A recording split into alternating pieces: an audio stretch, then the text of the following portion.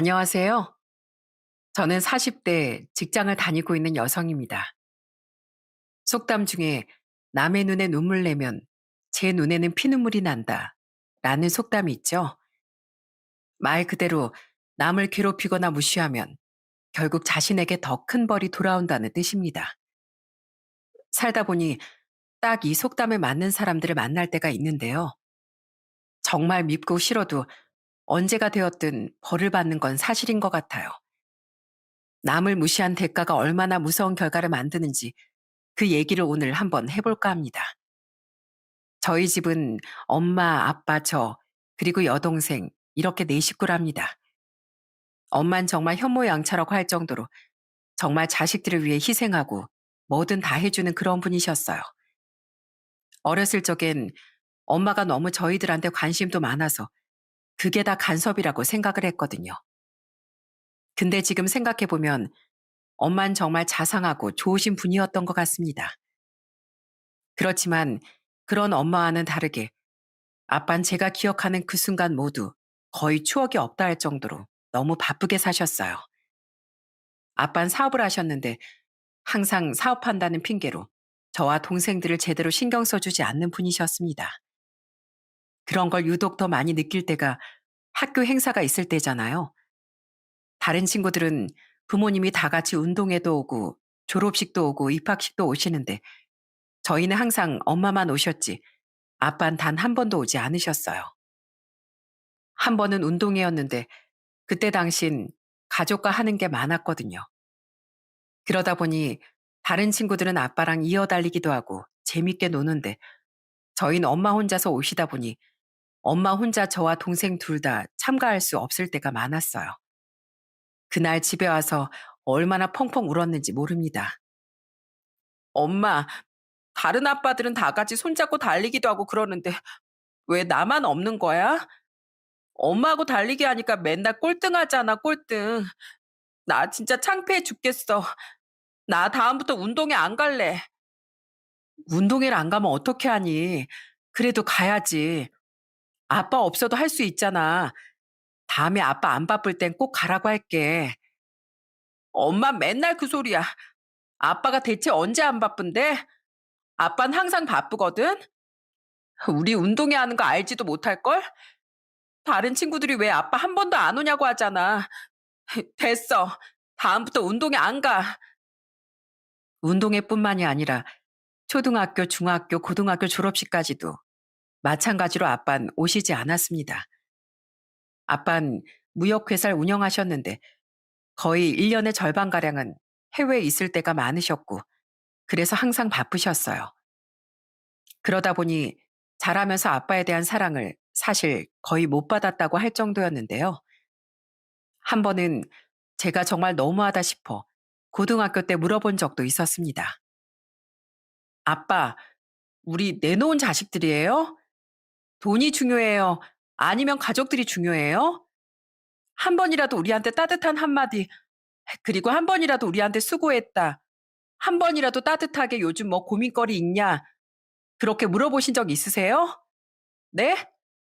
누가 보면 정말로 개부인 줄 알아요, 개부. 새아빠인 줄 안다고요. 도대체 왜 그러시는데요? 미안하다, 선자야. 아빠가, 알잖아. 거의 1년의 절반 이상은 해외에 나가 있는 거. 아빠가 정말 미안하다. 됐어요. 저 진짜 아빠 싫어요. 전 돈 잘 버는 아빠보다 정말 듬직하고 자상한 아빠가 좋다고요. 네? 그렇게 아빠한테 따져 물었지만 아빠는 항상 그럴 때마다 미안하다는 말만 하셨을 뿐이었어요. 그래서 사춘기 방황도 진짜 많이 했어요. 그러다가 제가 고등학교 3학년 때, 여동생이 중학교 2학년 때 학교 끝나고 집으로 향했던 그날, 정말 불행한 소식을 듣게 되었습니다. 바로 제 여동생이 학원에 가다가 뺑소니 교통사고가 났다는 거였어요. 전 너무나 놀라 바로 병원으로 달려갔습니다. 다행히 생명에 지장이 없었는데 수술을 해야 하는 상황이라 바로 수술실로 향했더라고요. 가보니 엄만 수술실 앞에서 거의 혼절하다시피 주저앉아 눈물만 흘리고 계셨습니다. 선자야, 어떡하니? 네 동생 어떡해? 선영이 어떡하니? 우리 선영이 잘못되면 엄만 못 산다. 못 살아. 엄마 괜찮아. 선영이 약한 애 아니야. 내가 내 동생이니까 내가 더 잘 알잖아. 엄마 우리 조금만 인내해서 기다려보자. 근데 엄마, 아빠는 어떻게 됐어? 아빠는 왜 안 와? 아빠는 왜 안 오냐고. 모르겠다. 또 바쁜지 연락이 안 된다. 연락이 안 돼. 나 정말 아빠 싫어.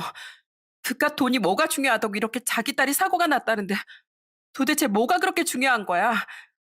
엄마, 그냥 아빠랑 더 살지 마. 나 도저히 아빠랑 살기 싫어. 그 위급한 와중에도 병원에 도착도 안 한 아빠를 보니 정말 화가 머리 끝까지 났습니다.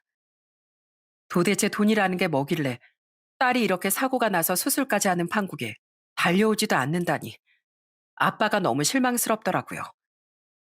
다행히 여동생은 수술을 무사히 마쳤고 생명엔 지장이 없었지만 허리와 다리가 크게 다쳐서 한동안 병원 신세를 져야 했습니다. 그래도 이 정도만 다친 게 천만 다행이라고 생각했어요. 그렇게 수술도 다 끝나고 나서야 뒤늦게 아빠가 뛰어오더라고요. 전 그 모습을 보면서 정말 너무 화가 났던 것 같아요.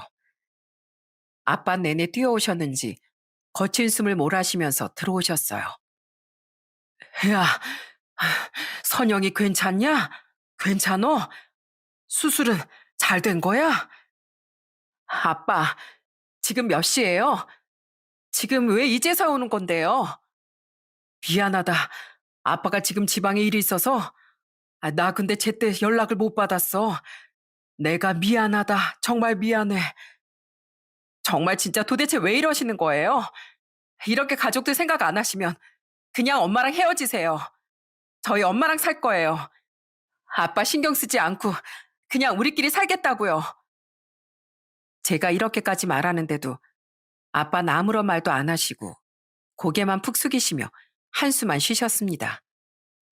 그렇게 아빠에게 못된 소리를 하니 엄마가 옆에서 절 말리셨어요. 선자야, 너 지금 아빠한테 그게 무슨 말버릇이야? 아빠가 우리를 위해 열심히 지금까지 노력하고 계시잖아. 아빠 사업이 잘 될 때도 있지만 또 안 될 때도 있지. 왜 넌 그런 거 생각도 안 하니?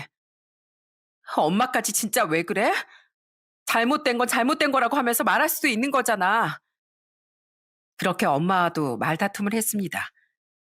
사실 그땐 아빠가 너무 미웠어요.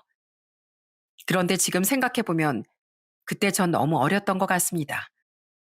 그냥 아빠의 사랑이 전 너무나도 필요했던 거고, 아빠는 우리 식구들을 먹여 살리기 위해 진짜 동분서주 뛰어다니셨던 거잖아요. 해외도 갔다, 지방에도 갔다, 이렇게 열심히 사업을 하면서 가족들을 먹여 살렸던 건데, 전 철없이 그것이 사랑임을 모르고 있었던 겁니다. 그렇게 고등학교를 졸업하고 제가 대학교를 졸업할 때도 아빠가 오지 않자, 그땐 진짜 아빠라는 사람을 없는 사람 취급을 하기도 했습니다. 제가 정말 철이 없었어요. 저 스스로 아빠라는 사람의 자리를 억지로 밀어냈던 것 같네요. 그 후 졸업을 하고서 전 직장에 들어가게 되었습니다.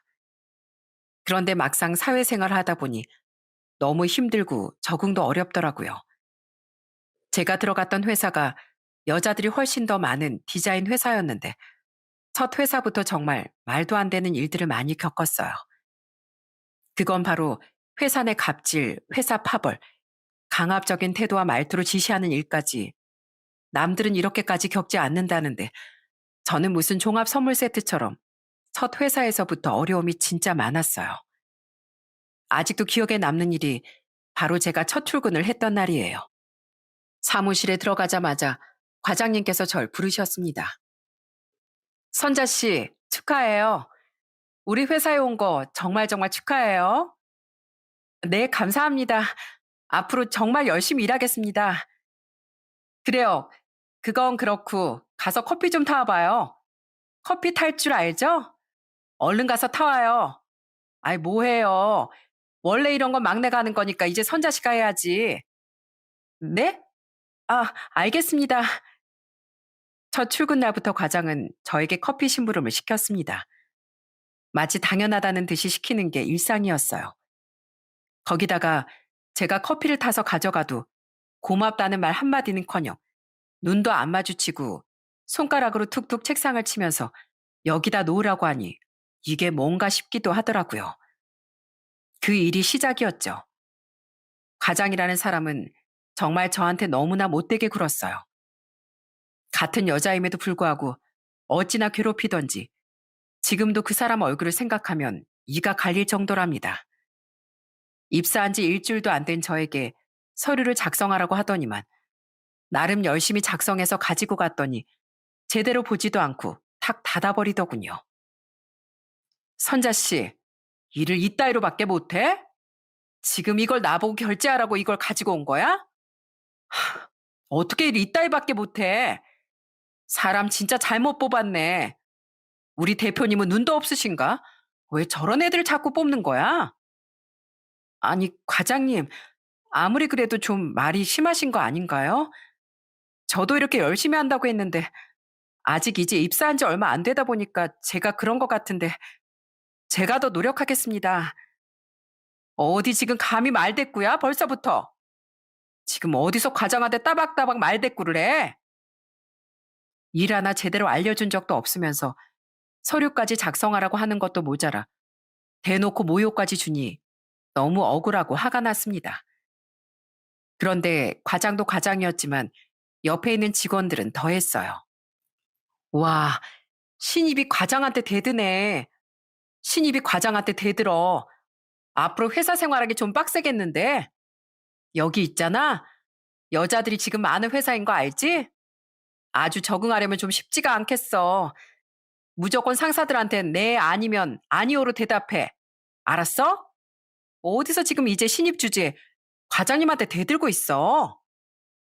정말 말도 안 되는 일로 혼나고 있다는 걸 뻔히 알고 있음에도 불구하고 옆에서 훈계하고 한마디씩 하는 걸 들으니 처음엔 이게 뭔가 싶었어요.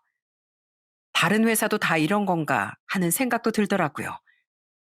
그날 이후론 괴롭힘이 정말 심해졌습니다. 회사에서 아예 집단으로 절 따돌리기 시작했거든요. 점심을 먹을 때도 다들 자기들끼리만 점심 메뉴를 정하고 휙 가버리고 시간이 바뀐 것도 말도 안 해주고 항상 전 혼자였습니다. 그리고 제가 옆에라도 지나갈라 치면 수근거리기도 했습니다. 이런 일들이 그 과장이라는 사람의 짓이라는 건 나중에 시간이 지나고서야 알게 되었죠. 어떻게 사람들이 그럴 수가 있는지 이제 막 사회생활을 시작하는 어린 20대에게 알려주기는커녕 그렇게 못된 행동만 할 수 있는지 지금 생각해도 정말 너무한 것 같아요. 그래서 그땐 매일 집에 올 때마다 눈물을 뚝뚝 흘리면서 온 적이 한두 번이 아니었답니다. 이런 일들을 겪으면서 왜 이 회사가 퇴사율이 높은지 알겠더라고요. 이런 집단적인 문화 때문에 아마 많은 사람들이 못 버티고 나갔겠구나 싶었습니다. 그렇지만 저는 제가 하고 싶은 일을 꾸준히 할 수 있다는 게 좋았어요. 워낙 입소문도 많이 타는 분야이기도 하고 회사도 한정적이었기 때문에 어떻게든 버티자라는 생각을 갖고 꿋꿋하게 다니게 되었어요. 그렇지만 사람의 인내심은 다 한계가 있기 마련이죠. 사건이 터진 건 바로 대망의 회식 날이었어요. 그날은 제가 속한 팀 회식이 있었는데 과장이 딱 제 옆에 앉더라고요. 그러더니만 시비를 걸기 시작했습니다. 선자 씨, 여기 폭탄 한 잔씩 다 돌려봐. 이런 것도 막내가 착착 해야지. 근데 있지? 월급도 300도 못 벌면서 아주 가방이 완전히 좀 명품 가방인데 그거 짝퉁이야? 아, 이거 저희 부모님이 회사 취업 선물로 사주신 거예요. 오, 그래? 아무리 봐도 짝퉁 같은데? 근데 가까이서 보니까 디자인도 좀 구리고 누가 물어보면 디자인 회사 안 다닌다고 해. 요새 이런 걸 누가 들고 다녀? 제 가방 하나부터 지적하면서 비아냥대는 과장 얼굴에 당장이라도 물 한 바가지를 쏟아붓고 싶었지만 부글거리는 마음을 꾹 참았어요. 그러다 한참 밥을 먹고 있는데 갑자기 또 저한테 말을 걸더라고요. 선자 씨 남자친구 있어? 없지? 없을 것 같았어. 내가 보니까 선자 씨는 딱 남자친구 안 생길 타입이야. 그래서 내가 선자 씨한테 딱 맞는 남자를 알아왔는데 한 명 소개시켜 줄까? 내가 괜찮은 남자를 알고 있는데. 옆에서 호들갑을 떨면서 사진을 보여주길래 전 과장 핸드폰 사진을 보게 되었습니다. 그런데 화면 안에 있는 사람을 보고선 정말 경악을 금치 못했어요. 그 사진 속 사람은 누가 봐도 딱 60대 할아버지였거든요. 제가 당황해하고 있으니 아무렇지 않게 과장이 얘기를 하더라고요. 어때? 이거 우리 외삼촌인데 얼마 전에 이혼했거든. 근데 딱 우리 외삼촌하고 선자 씨가 딱 어울리는 스타일인데 한번 만나볼래? 안 그래 얘들아? 선자 씨랑 우리 외삼촌이랑 완전 잘 어울리겠지? 오, 역시 과장님 눈썰미가 좋으셔. 너무 잘 어울려요. 진짜 찰떡궁합일 것 같은데요? 제가 아무런 말을 하지 않았음에도 불구하고 다른 팀원들이며 과장은 뭐가 그렇게 신났는지 막 웃으면서 난리가 났더라고요. 그 모습에 정말 화가 머리끝까지 나서 전 따져 물었어요. 과장님, 제가 그렇게 싫으세요? 아무리 싫어도 장난할 게 있고 장난하지 말아야 할 게 있지. 지금 저한테 도대체 왜 이러시는 건데요? 네? 또 저 말대꾸 한다. 어디서 또 지금 말대꾸야? 진짜 야, 너네들 저 신입 직원 쟤 똑바로 교육시키라고 그랬지? 혼나고 싶어? 죄송합니다. 야, 너 때문에 우리 욕먹었잖아. 너 말 잘 안 들을래? 야, 네 부모가 그렇게 가르치디? 네 애미가 그렇게 가르쳤어? 네 애미가 그렇게 가르쳤냐고. 다른 건 다 참아도 부모님을 언급하면서 말하는 건 전 도저히 참을 수가 없었어요. 딱 과장이 얘기를 하는 순간 전 완전 이성을 잃어버리고 말았습니다. 그래서 앞에 있던 폭탄주를 과장에게 확 뿌려버렸어요. 그랬더니 과장이 소리치면서 난리를 치더라고요. 야, 너 이거 뭐야? 어? 어디서 술을 뿌려? 이게 진짜? 너 지금 뭐라고 말했니? 다시 말해봐. 애미? 과장이라는 게 말하는 것 좀 봐. 너 도대체 어떻게 부모 교육을 받았길래 집 부하 직원한테 애미라는 소리 할 수가 있어? 어? 뭐? 야, 너 왜 그래? 미쳤어? 이게 진짜 미쳤나? 그래, 미쳤다. 난 있잖아. 난 욕해도 상관없는데 내 부모 욕하는 사람 난 참을 수가 없어. 너 오늘 나한테 딱 걸렸어. 전 말이 끝나기 무섭게 과장의 머리끄댕이를 바로 잡았습니다. 그 순간 정말 화가 너무 많이 나서 이성을 잃어버렸던 것 같아요. 그 과장도 제 머리를 잡고 말 그대로 몸싸움을 했습니다. 회식 자리는 그야말로 아주 아수라장이 됐고요. 난리가 난 그 상황에서 다른 직원들이 절 뜯어말리기 시작했습니다. 겨우 저와 과장을 떼어내고 난 뒤 직원들은 그때도 그 과장 상황만 살피기 바쁘더라고요. 전 교활한 이 직원들도 너무나도 미웠어요. 그래서 한마디를 했죠. 너네도 똑같아. 너네들 인생을 그따위로 살고 싶냐? 너네가 지금 대학교까지 다 쳐나와가지고 이런 여자한테 내내 하면서 그렇게 인생을 바보같이 살고 싶냐고. 참 진짜 니들도 한심하다 한심해. 자기 주장도 펼치지도 못하고 무조건 상사를 왕처럼 모시려고. 그리고 난 여기 이 회사에서 배울 것도 없어. 나 사직서 제출할 거니까. 야, 너 내 눈에 띄지 마 앞으로. 알았어? 이렇게 말을 하고 한 번 더 달려들려고 하니 그 자리에 있던 직원들이 다 겁을 내고 쫄더라고요. 물론 저도 술을 많이 먹은 상태였지만 아무리 막내 직원이라도 끝까지 버티려고 했는데 어떻게 이렇게까지 말을 할 수가 있습니까? 정말 더 이상은 여기서 배울 게 없다는 생각이 들었어요. 그렇게 그 회식 자리를 끝으로 전 그 회사를 퇴직했습니다. 그때가 제가 취직을 한 지 3개월 만이었어요. 사실 그동안 회사에서 있었던 일은 가족들에게 한마디도 안 했었는데 그날 회식을 끝내고 집으로 가서 그동안 있었던 얘기를 다 털어놨었거든요. 그랬더니 부모님도 걱정을 해주시고 특히나 엄마랑 여동생이 제 편을 엄청 들어주셨습니다. 저보다 더 화를 내면서 잘했다고 해주셨어요. 그렇게 가족들은 절 응원해줬습니다. 우여곡절이 많았던 제 첫 번째 회사는 이렇게 끝이 났어요.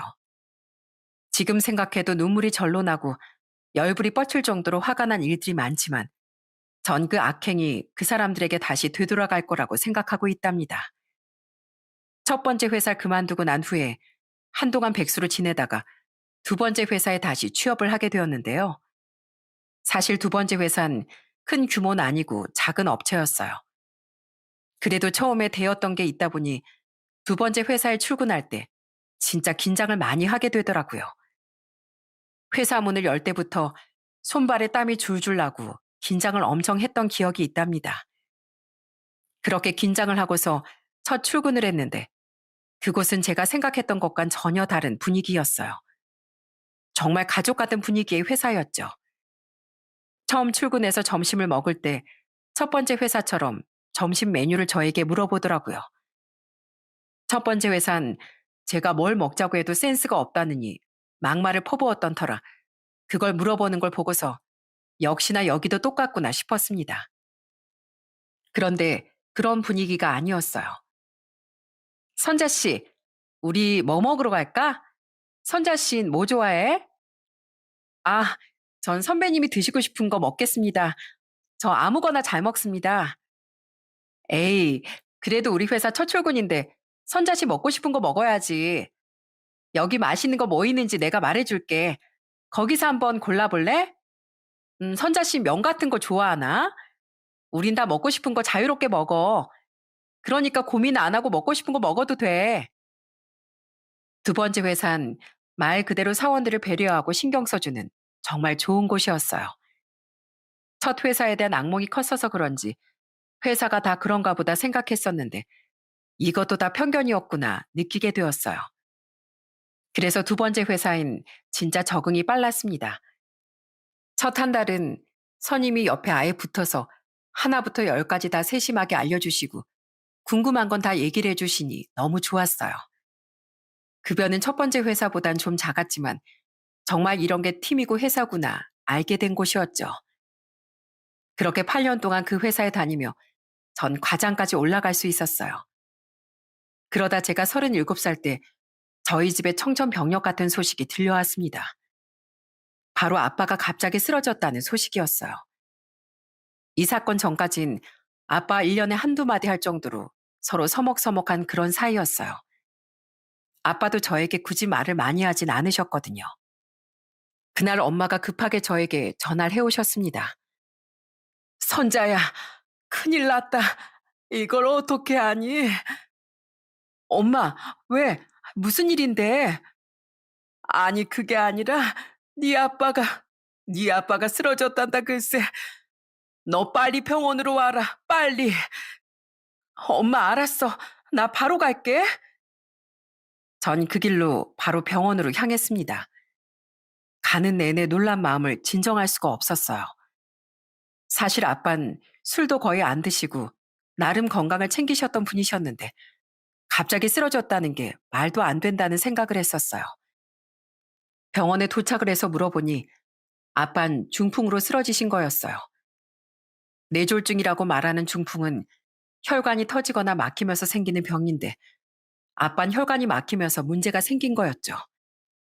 다행히 쓰러지고 나서 바로 병원에 실려와 혈전을 제거하고 스텐스 시술을 하긴 했지만 후유증이 생길 수 있었던 상황이었어요. 그렇게 건강했던 아빠가 갑자기 쓰러지니까 제 마음이 너무나 좋지 않았어요. 아무리 미워했던 아빠였어도 쓰러져 누워있는 모습이 정말 마음이 아팠죠. 엄만 옆에서 계속 울기만 하시고 동생도 마찬가지였어요. 아빠가 중풍으로 쓰러지고 난 후엔 후유증 때문에 정말 고생을 많이 하셨어요. 한쪽 마비가 와서 거동도 불편해지시고 손을 쓰기도 힘들어지고 말도 어눌해지셨습니다.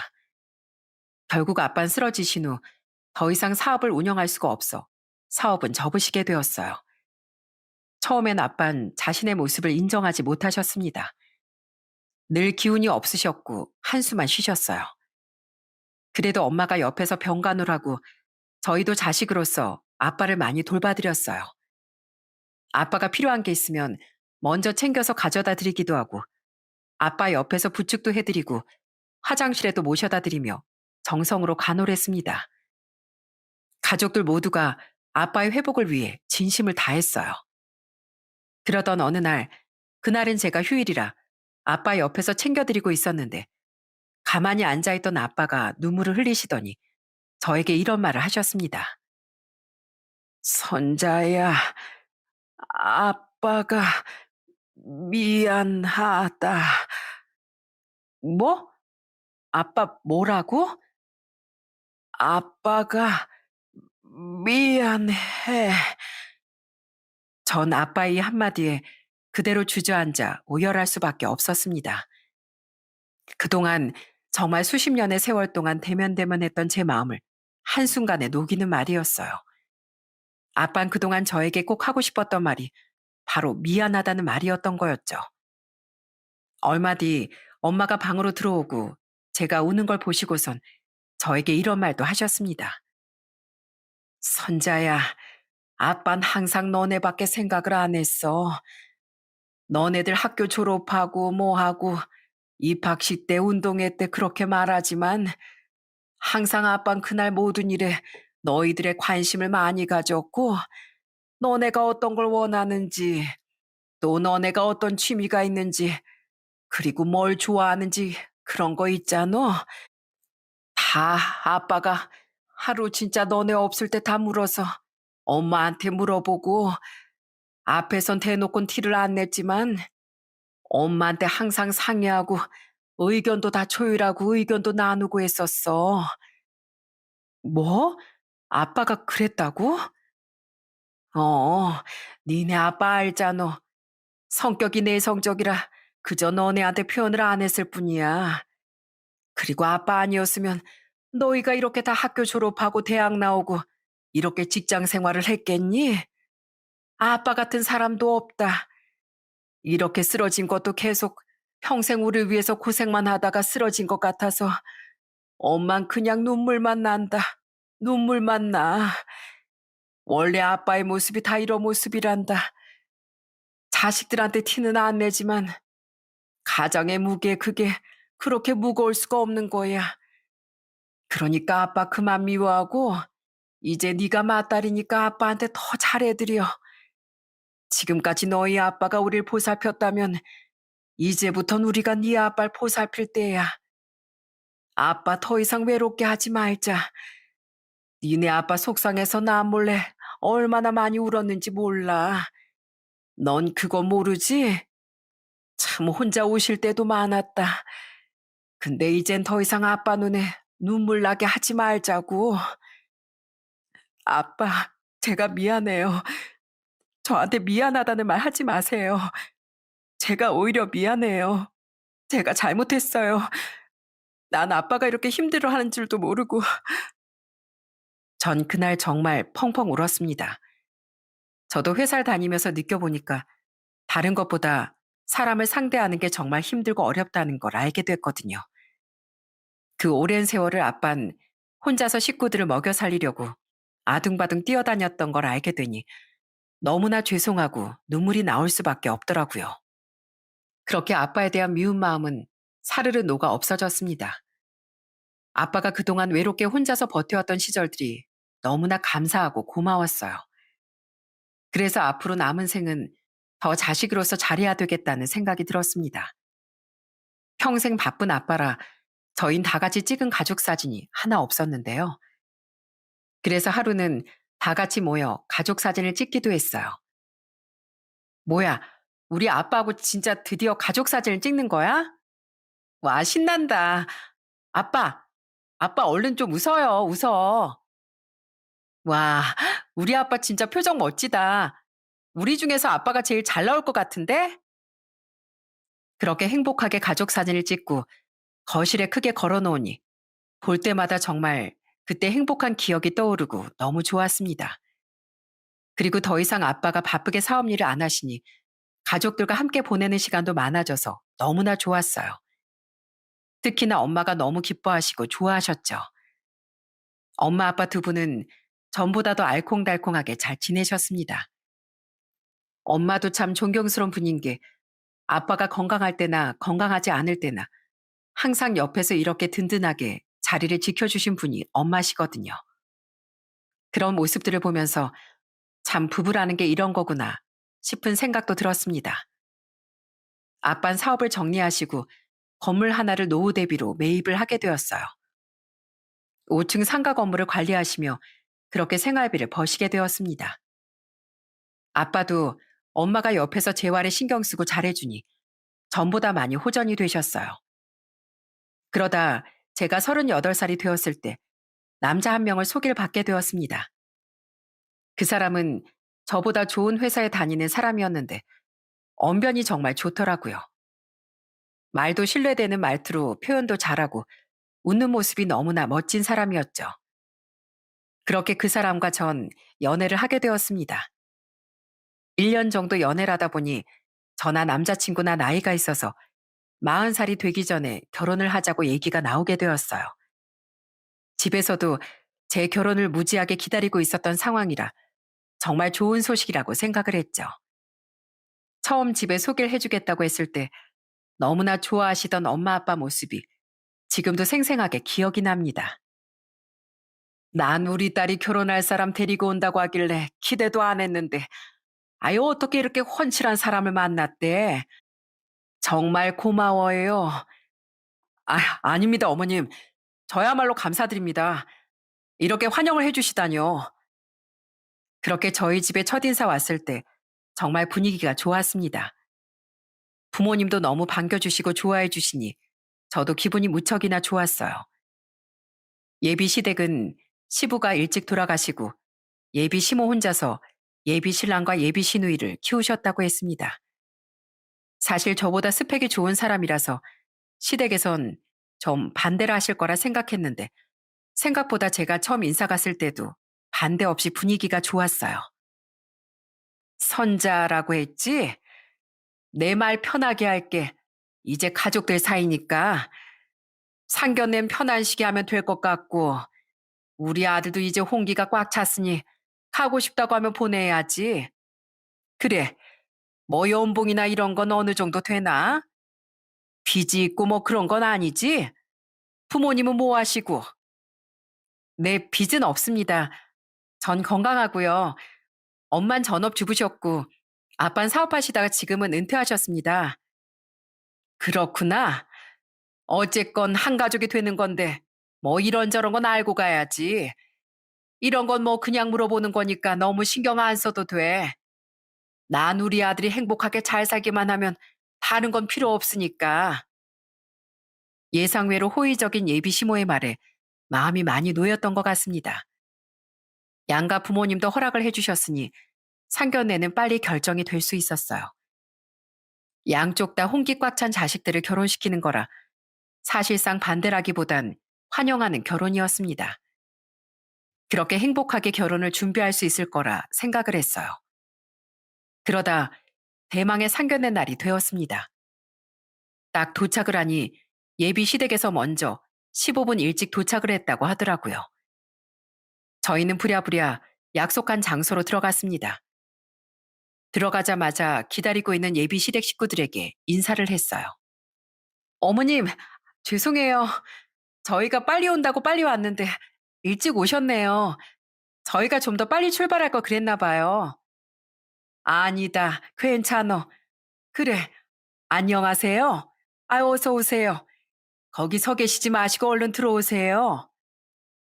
제 뒤로 엄마 아빠가 보이자 시모는 얼른 들어오라며 웃으며 맞이를 해주셨습니다. 그런데 엄마가 아빠를 부축하고 들어오자 시모의 표정이 갑자기 달라지기 시작하더군요. 처음엔 굉장히 놀란 표정을 짓다가 찡그리더니 이내 표정이 무표정으로 바뀌었습니다. 엄만 서둘러 자리를 잡고선 예비 시댁 식구들에게 인사를 했어요. 안녕하세요. 저는 선자 엄마 강신혜입니다. 만나서 정말 반갑습니다. 안녕하세요. 전 선자 아빠 박형만입니다. 많이 기다리셨나요? 저희가 일찍 온다는 게 그만. 아닙니다. 앉으시죠.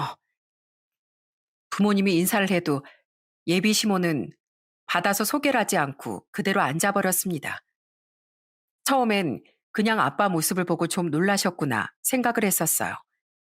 그런데 상견례 내내 예비 시모의 표정이 풀리지 않더라고요. 심지어 저희 엄마가 이것저것 얘기를 하는데도 대답이 너무나 간결했어요. 오시는데 차는 안 막히셨어요? 전 오다 보니까 차가 좀 막히더라고요. 그래도 이렇게 좋은 곳에서 함께 식사를 하게 되니 참 기분이 좋습니다. 여기 음식도 잘 나오고 많이 드세요. 예. 웃으며 말하는 엄마를 쳐다도 보지 않은 채 단답으로 자꾸만 대답을 하는 심을 보면서 뭔가 마음에 안 들어 하는구나를 느낄 수 있었어요. 그래도 처음엔 별다른 말 없이 조용히 식사만 하시더라고요. 그 후로도 엄만 분위기를 풀어보려고 하셨지만 시모는 너무나도 냉담하셨죠. 음식은 입에 잘 맞으신가요? 저희 애가 보기엔 아무것도 못하는 것처럼 보이시겠지만 그래도 나름 요리도 잘하고 깔끔한 편이에요. 그러니까 너무 걱정하지 않으셔도 될 겁니다. 예, 제가 식사하시는데 말이 너무 많았죠? 아무래도 저희 처음으로 결혼 준비하다 보니 마음이 설레기도 하고 긴장되기도 하고 그러네요. 사부인께서도 첫째 아들 장가 보내려고 하면 마음이 참 싱숭생숭하시겠어요. 예, 그렇죠. 예비 시모의 단답에 처음엔 웃으며 아무렇지 않은 듯 하던 엄마도 점점 말수가 줄어들었습니다. 그 모습을 보는 아빠 역시 얼굴이 굳어지기 시작했어요. 한참을 아무런 말 없이 음식만 먹고 있었습니다. 그러다 갑자기 들고 있던 수저를 내려놓으시더니 예비 시어머니가 말을 꺼내기 시작했습니다. 저, 혹시 예비 바깥 사돈 분이 몸이 좀 많이 안 좋으신가요? 아까 보니 부축해서 들어오시는 것 같던데. 예, 중풍으로 쓰러져서 지금 재활 치료 중이에요. 예? 중풍이요? 아이, 그럼 후유증이 있으신 거예요? 옆에서 평생 간병 받으면서 사셔야 되는 건가요? 아, 그건 아니지만 지금 재활 치료를 열심히 받고 있습니다. 지금은 조금 불편해도 많이 좋아졌습니다. 앞으로도 열심히 재활받아서 좋아질 거고요. 그런 건 전혀 걱정하지 않으셔도 됩니다. 엄마의 설명에도 예비 시모의 표정은 풀리지 않더라고요. 그러다 한참을 곰곰이 생각하던 예비 시모가 뜬금없는 말을 꺼냈어요. 그래도 사업한다는 사람이 건강을 소홀히 할 리는 없을 테고 원래 지병이 있으신 건 아니죠? 아, 예, 지병이 있었던 건 아니고요. 갑작스럽게 저희도 겪었던 일이라 아무래도 나이도 좀 있고 하니까. 아니, 지병도 없으신데 설마 사업 망해가지고 쓰러지신 거 아니세요? 사업이 망해서 그걸로 충격받아서 그런 거 아니신가요? 예? 아니, 그게 무슨... 갑작스런 예비 시모의 말에 엄마도 너무나도 놀라하셨습니다. 그 자리에 있던 사람들 모두가 놀라 예비 시모를 쳐다보니 예비 시모는 말을 이어가셨어요. 그러면서 하는 말이 참 기가 막히더라고요. 아니, 갑자기 사업도 오래 하셨으면서 쓰러지신 것도 좀 이상하고 혹시 사업이 잘 안 돼가지고 스트레스 받아서 쓰러지신 거 아니에요? 엄마, 그건 말이 너무 지나치잖아. 대체 무슨 말을 하는 거야? 아니, 이 엄마가 못 물어볼 거 물어봤니? 그런 게 아니면 왜 쓰러져? 어차피 이제 평생 가족될 사람인데 이런 건 알아야지. 근데 솔직히 전 이렇게 사돈께서 몸이 많이 안 좋으신 줄 몰랐네요. 듣지도 못했고요. 이러면 솔직히 우리 아들 월급 받아가지고 사돈 치료비 하는데 다 들어갈 수도 있는 거고. 갑자기 좀 심경이 바뀌려고 하네요. 예비 시모의 말에 그 누구도 어떤 말을 꺼내지 못한 채 고요한 정적만 흘렀습니다. 아무도 말을 하지 않자 정적을 깬 건 바로 예비 시모였어요. 저는요, 원룸 건물 하나 가지고 있어요. 한 달에 월세로만 제가 300만 원 넘게 받습니다. 전 노후자금 이렇게 충분히 마련해 놓은 상태고요. 아니, 근데 딱 봐도 사이즈 보니까 노후자금도 준비 못하고 그냥 이렇게 살고 계시는 것 같은데 솔직히 말씀드리자면 저 생각을 좀 다시 해봐야 할 것 같습니다. 엄마, 도대체 왜 그래? 죄송합니다, 어머님, 아버님. 저희 엄마가 뭔가 오해하신 것 같아요. 아이, 오해는 무슨 오해? 딱 봐도 사이즈 나오는구만.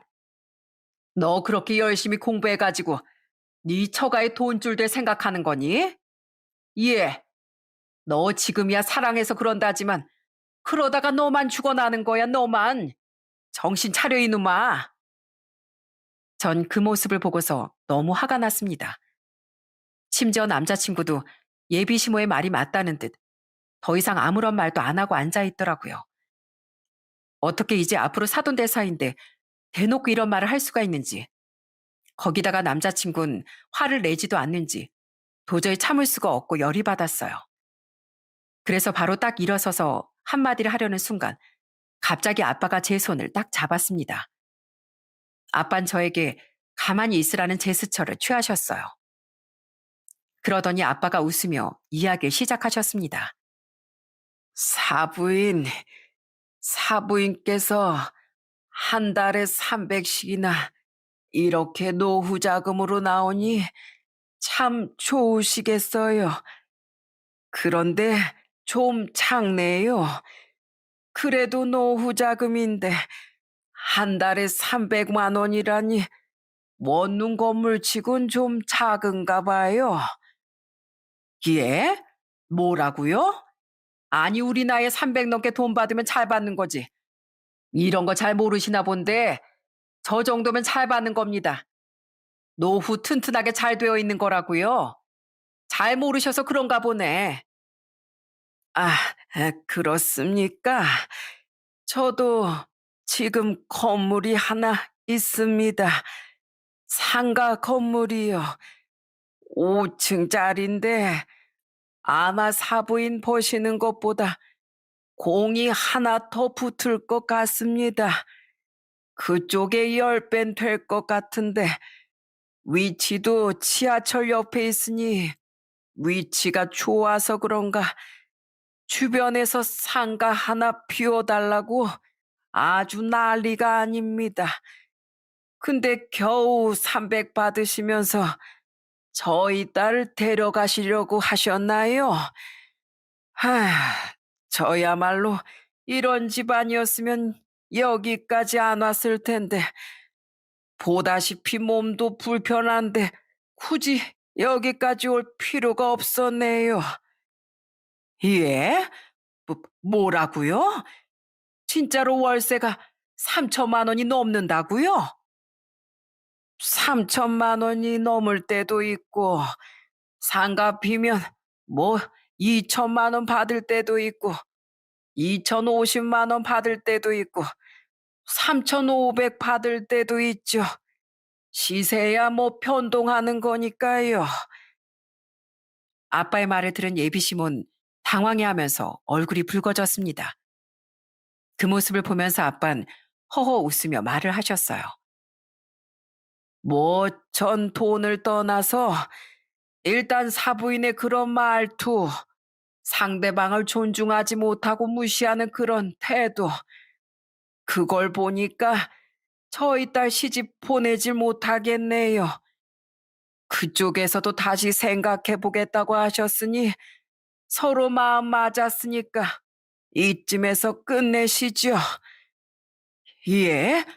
아니, 그게 아니라요. 잠시만요, 사돈. 제 얘기를 다시 한번 들어보세요. 더 들어서 뭐 할 겁니까? 사람이 제일 중요한 게 인성이라고 했습니다. 어쩜 이렇게 인성도 안 좋으시고, 어쩜 그렇게 사람을 무시하시는지, 제 아내가 아까부터 계속 사돈 신경 써서 말하는데도 딱딱 단답형으로 네네 이렇게 건성건성 얘기하시고 첫 만남에서 이러신다는 건 인성이 다 나오는 거죠. 도저히 이제 인성 좋지 않은 집안하곤 사돈 맺고 싶지 않습니다. 아니, 그게 아니고요.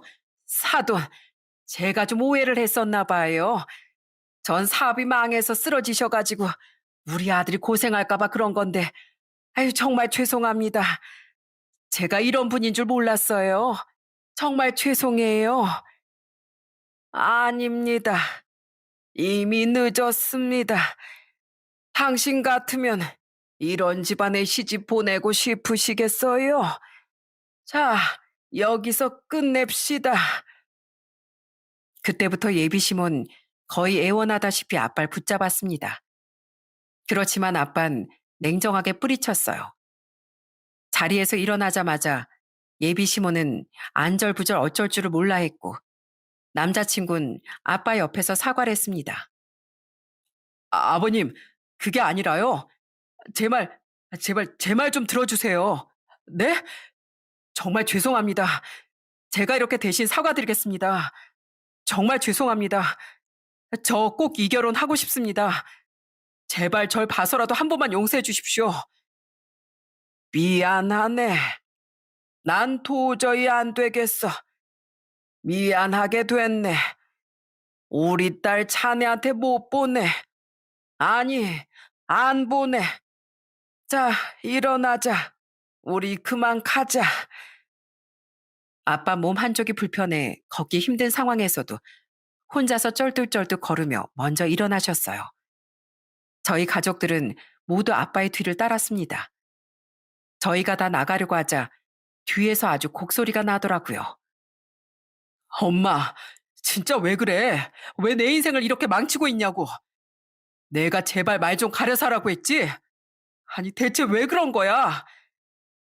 아니, 넌 그럼 진작 말을 해주지 그랬어. 그런 건물주라고 왜 여태 말을 안 해줬어? 나도 몰랐으니까 그랬지. 아휴, 이제 어쩔 거야. 어쩔 거냐고. 그렇게 둘이서 싸우고 있는 모습을 뒤로한 채 저희는 상견례장을 나왔습니다. 집으로 가는 내내 사실 아무런 말도 할 수가 없었어요. 교양 있어 보였던 시모가 이런 두 얼굴을 가지고 있었다는 게 너무나도 충격이었고 부모님께 상처를 드린 것 같아 너무나도 죄송했거든요. 그렇지만 엄마 아빠는 집에 오셔선 절 오히려 달래주셨습니다. 사람이 살다 보면 이런 일 저런 일 다 있고 이런 사람 저런 사람 있다면서 그냥 후를 털어내버리고 있자고 하셨어요. 전 부모님의 이런 위로가 참 많은 도움이 되었습니다. 다음 날부터 남자친구는 하루 종일 제게 전화하고 매달리기 시작했어요. 매일같이 저희 집으로 찾아오기도 했고요. 선자야, 나 한 번만 봐줘. 제발 나 한 번만 만나줘. 우리 엄마 평생 안 봐도 돼. 나 앞으로 너만 보고 살 거니까 우리 다시 한번 생각해보자. 너도 똑같아. 옆에서 네 엄마가 그렇게 얘기하고 있을 때 넌 뭐 했니? 왜? 우리 집 노후 잘 되어 있으니까 탐이라도 나니? 네 엄마 그렇게 말할 때 너 한마디라도 했어? 됐고, 너랑 다시 만날 생각 나 하나도 없어. 또다시 나 한 번 찾아오면 그때 나 스토킹으로 너 신고할 거야. 선자야, 선자야, 정말 미안해. 스토킹으로 신고당하고 싶으면 어디 한번 더 찾아와 봐. 내가 못할 줄 알아? 꼭 할 거니까 또다시 찾아와 봐. 전 냉정하게 남자친구를 뿌리쳤습니다. 남자친구를 뿌리치고 나니 예비 시모가 계속 전화가 오더라고요. 하루에도 수십 통 전화가 오고 제 회사까지 찾아오길래 결단을 내야 되겠다 싶어 예비 시모를 만나게 되었어요. 선자야, 내가 정말 미안하다. 어떻게 아버님 한번 내가 만나 뵐 수 있겠니? 내가 그날 이후로 잠을 하나도 못 자. 아휴, 내가 우리 아들 인생 망친 것 같아서 잠을 못 잔다. 내가 다 수습할 테니까 너희 아버님 한 번만 만나 뵙게 해다오. 제가 왜 그래야 되죠? 이제 다 끝난 사이예요. 그때 들으셔서 아시겠지만 저희 아빠 그 집에 시집 못 보내시겠대요. 그리고 저도 그 집에 시집 갈 생각 추워도 없고요. 아줌마가 아줌마 아들 귀하듯이 저도 저희 아빠 소중해요.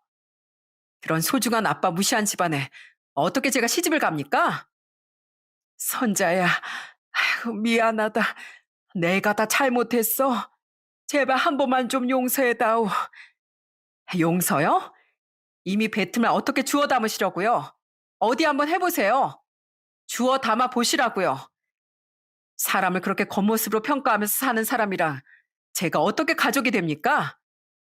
저희 아빠가 건물주 아니었으면 아줌마가 여기까지 오셨겠어요? 아마 안 오셨겠죠.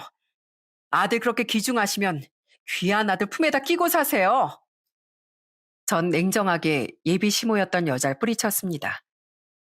그 후로도 남자친구는 계속 매달렸지만 우리 부모님한테 막대한 지방과 결혼해봤자 결과는 불보듯이 뻔했고 그렇게 파혼을 하게 되었어요. 전 그 선택에 지금도 후회하지 않아요. 무슨 일이 있어도 우리 부모님한테 함부로 대하는 사람들한텐 그 2배, 아니 10배로 갚아줄 겁니다. 지금은 제 나이가 40이 넘어서 부모님 모시고 잘 지내고 있어요.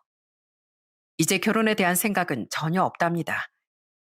이렇게 부모님과 함께 사는 것도 행복하고 좋거든요. 얼마 전에 한 해 마지막 31일 날 다 같이 동해바다에 가서 해돋이를 봤답니다. 그때 가족들이 다 손을 잡고 소원을 빌었어요. 아빠, 아빤 소원 뭐 빌었어? 아빤 우리 가족이 다 건강하고 행복한 거. 와, 나 아빠랑 통했네. 나둔데. 역시 우리 가족은 다 통하는가 봐.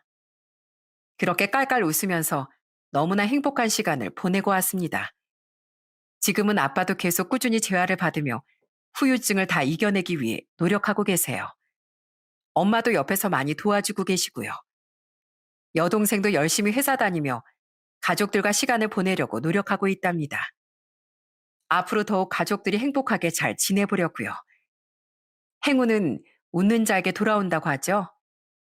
우리 구독자님들도 2025년 새해 복 많이 받으시고 항상 기쁜 일만 있으시고 건강하시길 기원합니다. 사연 들어주셔서 정말 감사합니다.